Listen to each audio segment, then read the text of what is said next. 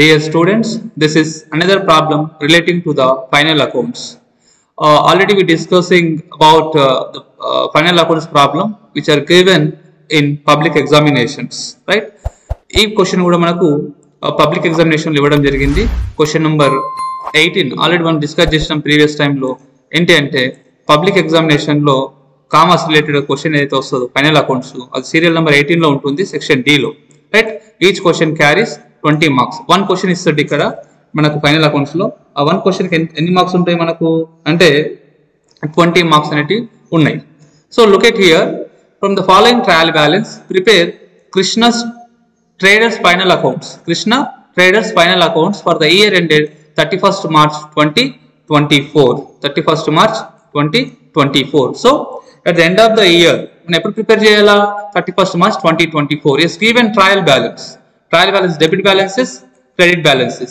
మనం already discuss చేసాం previous class లో. డెబిట్ బ్యాలెన్సెస్ లో ఏముంటాయి మనకు? అసెట్స్ ఉంటాయి, ఎక్స్పెన్సెస్ ఉంటాయి. ఎక్స్పెన్సెస్ లో డైరెక్ట్ ఎక్స్పెన్సెస్ ఉంటాయి, ఇండైరెక్ట్ ఎక్స్పెన్సెస్ ఉంటాయి. ఓకేనా? డైరెక్ట్ ఎక్స్పెన్సెస్ ఉంటాయి, ఇండైరెక్ట్ ఎక్స్పెన్సెస్ ఉంటాయి. చూడండి, అసెట్స్ ని బ్యాలెన్స్ షీట్ లో అసెట్ సైడ్ తీసుకోవాలి. ఎక్స్పెన్సెస్ లో డైరెక్ట్ ఎక్స్పెండిచర్స్ ని ట్రేడింగ్ అకౌంట్ లో డెబిట్ సైడ్ తీసుకోవాలి. ఇండైరెక్ట్ ఎక్స్పెండిచర్స్ ని మనం ప్రాఫిట్ అండ్ లాస్ అకౌంట్ లో డెబిట్ సైడ్ తీసుకోవాలి. అట్లనే క్రెడిట్ బ్యాలెన్సెస్ లో లయబిలిటీస్ ఉంటాయి, ఇన్కమ్స్ ఉంటాయి. ఓకేనా? ఇన్కమ్స్ అగైన్ డైరెక్ట్ ఇన్కమ్స్ ఉంటాయి, ఇండైరెక్ట్ ఇన్కమ్స్ ఉంటాయి. ఓకేనా? సో లయబిలిటీస్ ఏవైతే ఉన్నాయో లయబిలిటీస్ ని బ్యాలెన్స్ షీట్ లో లయబిలిటీ సైడ్ తీసుకోవాలి. డైరెక్ట్ ఇన్కమ్స్ ని ట్రేడింగ్ అకౌంట్ లో క్రెడిట్ సైడ్ తీసుకోవాలి. ఇండైరెక్ట్ ఇన్కమ్స్ ని ప్రాఫిట్ అండ్ లాస్ అకౌంట్ లో క్రెడిట్ సైడ్ తీసుకోవాలి. Okay, so look at here the question. Debit balances, opening stock trading account లో debit side తీసుకోవాలి. Purchases trading account లో debit side తీసుకోవాలి. Wages trading account లో debit side తీసుకోవాలి. Carriage trading account లో debit side తీసుకోవాలి. Rent profit and loss account లో debit side తీసుకోవాలి. Salaries profit and loss account లో డెబిట్ సైడ్ తీసుకోవాలి. Discount profit and loss account లో డెబిట్ సైడ్ తీసుకోవాలి. ఇక్కడ ట్రయల్ బ్యాలెన్స్ లో డిస్కౌంట్ అని ఇస్తే డెబిట్ సైడ్ డిస్కౌంట్ అని ఇస్తే డిస్కౌంట్ అలౌడ్ ఎక్స్పెండిచర్. అదే క్రెడిట్ బ్యాలెన్స్ ఇస్తే డిస్కౌంట్ రిసీవ్డ్ ఇన్కమ్ అవుతుంది. సో ఇక్కడ డెబిట్ బ్యాలెన్స్ కాబట్టి discount allowed expenditure. So profit and loss account debit side. Advertisement expenses profit and loss account debit side. Customs duty trading account debit side. Factory insurance trading account debit side. Machinery asset balance sheet లో తీసుకోవాలి, asset side. Debtors asset balance sheet లో తీసుకోవాలి, asset side. Furniture asset balance sheet లో asset side తీసుకోవాలి. Speed post charges profit and loss account debit side.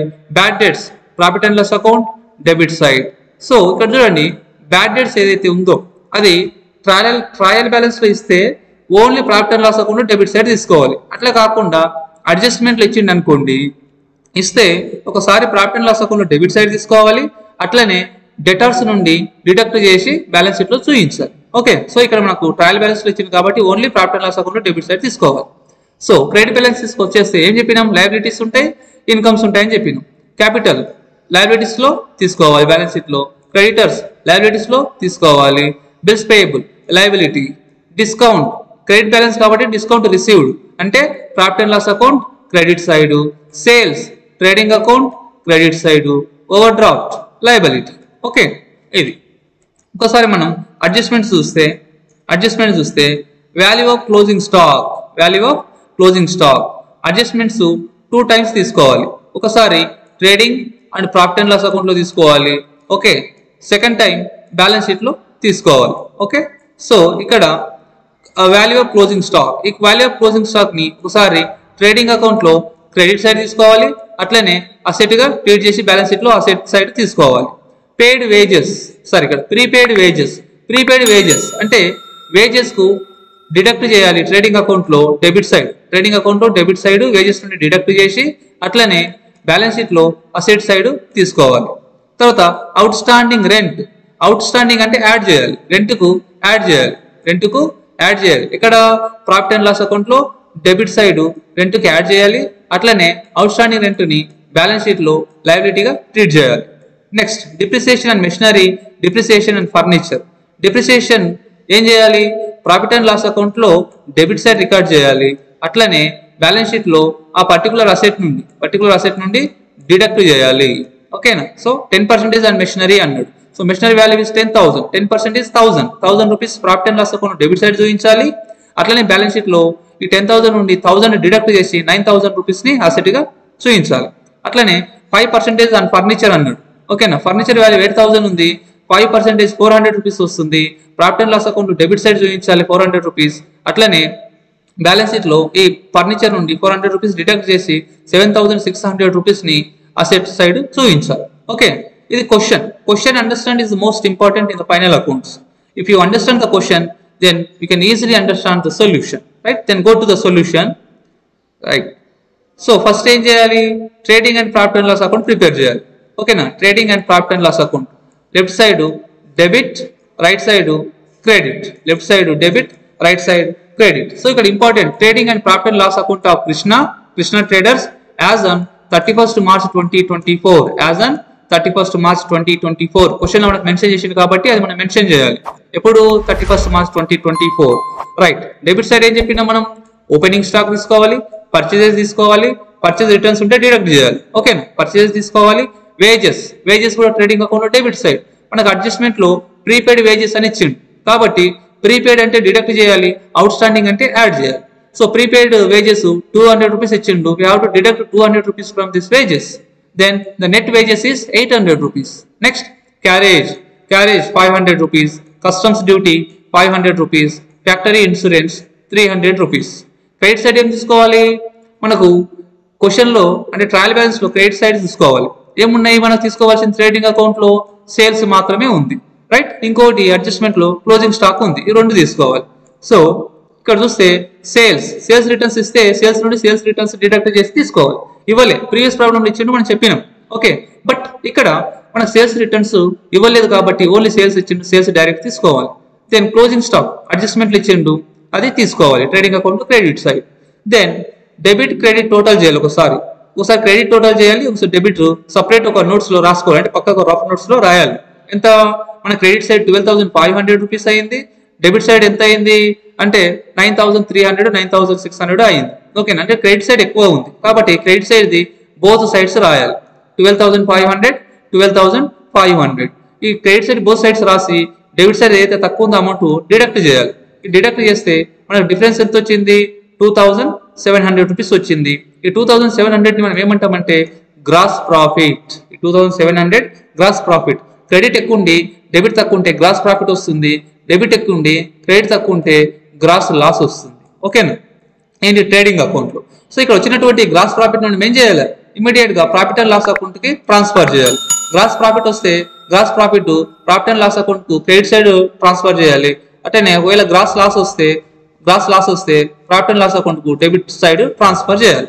So ఇప్పుడు మనం మళ్ళీ trial balance వెళ్ళాలి. ట్రయల్ బ్యాలెన్స్ లో వెళ్ళి ఈ డెబిట్ సైడ్ చూడాలి. అంటే ప్రాఫిట్ అండ్ లాస్ అకౌంట్ తీసుకోవాల్సిన ఏమేమి ఉన్నాయి? Rent, salaries, discount, advertisement expenses, speed post charges, bad debts, ఇవి తీసుకోవాలి.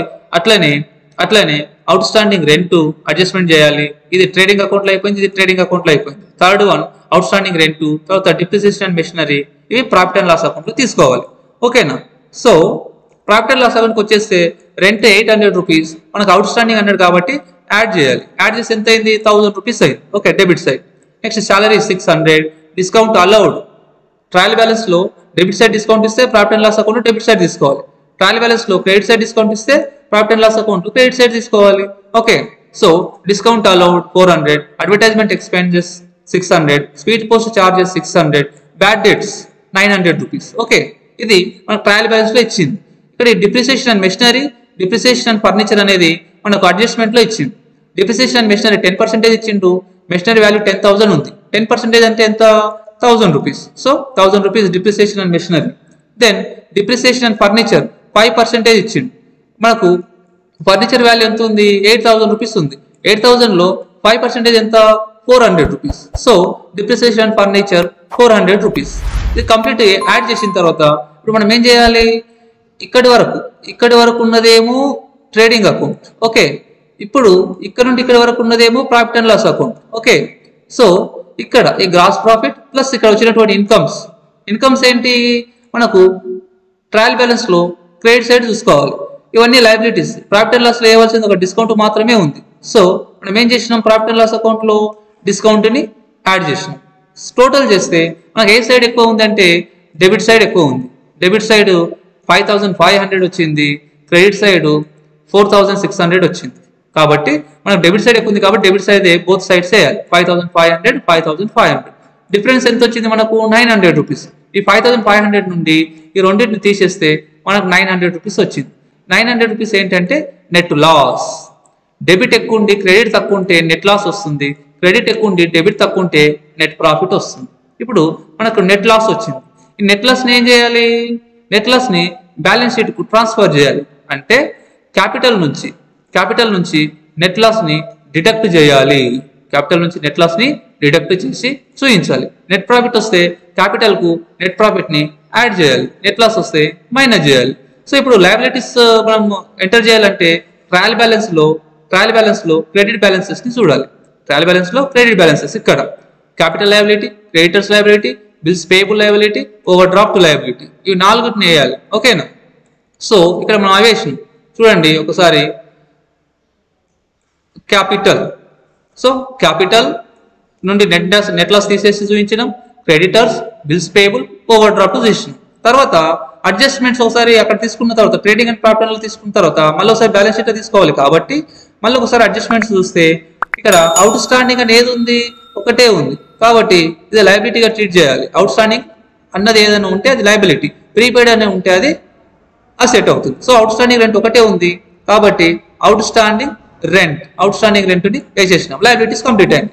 ఇప్పుడు అసెట్స్ రికార్డ్ చేయాలంటే ఏం చేయాలా, ట్రయల్ బ్యాలెన్స్ లో డెబిట్ సైడ్కి వెళ్ళాలి. ట్రయల్ బ్యాలెన్స్ లో డెబిట్ సైడ్ చూడండి. ఇక్కడ డెబిట్ సైడ్ అసెట్స్ ఏవే ఉన్నాయి, మెషినరీ ఉంది, డెటార్స్ ఉంది, ఫర్నిచర్ ఉంది. ఓకే, ఈ మూడింటికి కొన్ని అడ్జస్ట్మెంట్స్ ఉన్నాయి, అడ్జస్ట్మెంట్ చేసి చేయాలి. సో ఇక్కడ ఒకసారి అసెట్స్కి వచ్చేస్తే మనం అసెట్ సైడ్ మెషినరీ తీసుకున్నాం, మెషినరీ నుండి డిప్రిసియేషన్ తీసేసి 9000 రూపీస్ మెషినరీ వాల్యూ చేసినాం. డెటార్స్ డైరెక్ట్ వేసినాం. ఒకవేళ అడ్జస్ట్మెంట్ బ్యాడ్ డేట్స్ ఏమైనా ఇస్తే డెటార్స్ నుండి మైనస్ చేయాలి. ఓన్లీ ట్రయల్ బ్యాలెన్స్ లో ఇచ్చే క్వశ్చన్లు కాబట్టి మనం డెటార్స్ నుండి మైనస్ చేయకూడదు, only profit and loss account debit side తీసుకోవాలి. దెన్ ఫర్నిచర్ 8000, ఫర్నిచర్ కు డిప్రిసియేషన్ ఉంది కాబట్టి డిప్రిసియేషన్ తీసేస్తే 7600. నెక్స్ట్ అడ్జస్ట్మెంట్ చూడాలి. అడ్జస్ట్మెంట్ ఒకసారి trading and profit and loss account తీసుకుంటాం, మళ్ళీ ఒకసారి బ్యాలెన్స్ షీట్ లో కాబట్టి వాల్యూ ఆఫ్ క్లోజింగ్ స్టాక్ ఒకసారి అసెట్ గా ట్రీట్ చేయాలి, ట్రేడింగ్ అకౌంట్ లో క్రెడిట్ సైడ్ రికార్డ్ చేయాలి. సో ఇక్కడ వాల్యూ ఆఫ్ క్లోజింగ్ స్టాక్ తీసుకోవాలి, ప్రీపెయిడ్ వేజెస్ తీసుకోవాలి. డిప్రిసియేషన్ ఆల్రెడీ అసెట్స్ నుండి మైనస్ చేసినాం. సో ఇప్పుడు ఇక్కడ అసెట్ సైడ్ చూస్తే క్లోజింగ్ స్టాక్ తీసుకున్నాం, వేజెస్ తీసుకున్నాం. ఇప్పుడు టోటల్ చేయాలి. అసెట్స్ టోటల్ 28,300 వచ్చింది. లయబిలిటీస్ టోటల్ చేస్తే మనకు 28,300 వచ్చింది. అంటే ఏమైంది, బ్యాలెన్స్ షీట్ టాలీ అయింది. అసెట్స్ లయబిలిటీస్ సేమ్ అమౌంట్ వచ్చింది అంటే టాలీ అయింది. ఇలా టాలీ అయితే క్వశ్చన్ మనము పర్ఫెక్ట్ చేసినట్టు. So it's very simple. మనం క్వశ్చన్ అండర్స్టాండ్ చేసుకుంటే ప్రాబ్లమ్ ని సింపుల్ గా సాల్వ్ చేస్తాం. Okay, thank you. ఒకసారి చూడండి, నేను ఎల్లో కలర్ లో ఇచ్చిన ఇక్కడ ఈ ఎల్లో కలర్ లో ఇచ్చిన అన్ని అడ్జస్ట్మెంట్స్. ఓకేనా, ఎల్లో కలర్ లో ఇచ్చిన అన్ని అడ్జస్ట్మెంట్స్ ఒకసారి మనం trading and profit and loss account తీసుకోవాలి, ఒకసారి బ్యాలెన్స్ షీట్ లో తీసుకోవాలి. 5 అడ్జస్ట్మెంట్స్ ఉన్నాయి. ఒకసారి 1 2 3 4 5. ఓకేనా, అట్లా ఒకసారి మీరు చూసుకోవాలి. ఎల్లో కలర్ లో ఇచ్చిన ఒకసారి చూసుకుంటే క్లియర్ గా అర్థమవుతుంది. Trading and profit and loss లో ఒకసారి తీసుకున్నాం, అట్లానే బ్యాలెన్స్ షీట్ లో ఒకసారి తీసుకున్నాం. 1 2 3 4 5. ఓకేనా. So thank you for listening.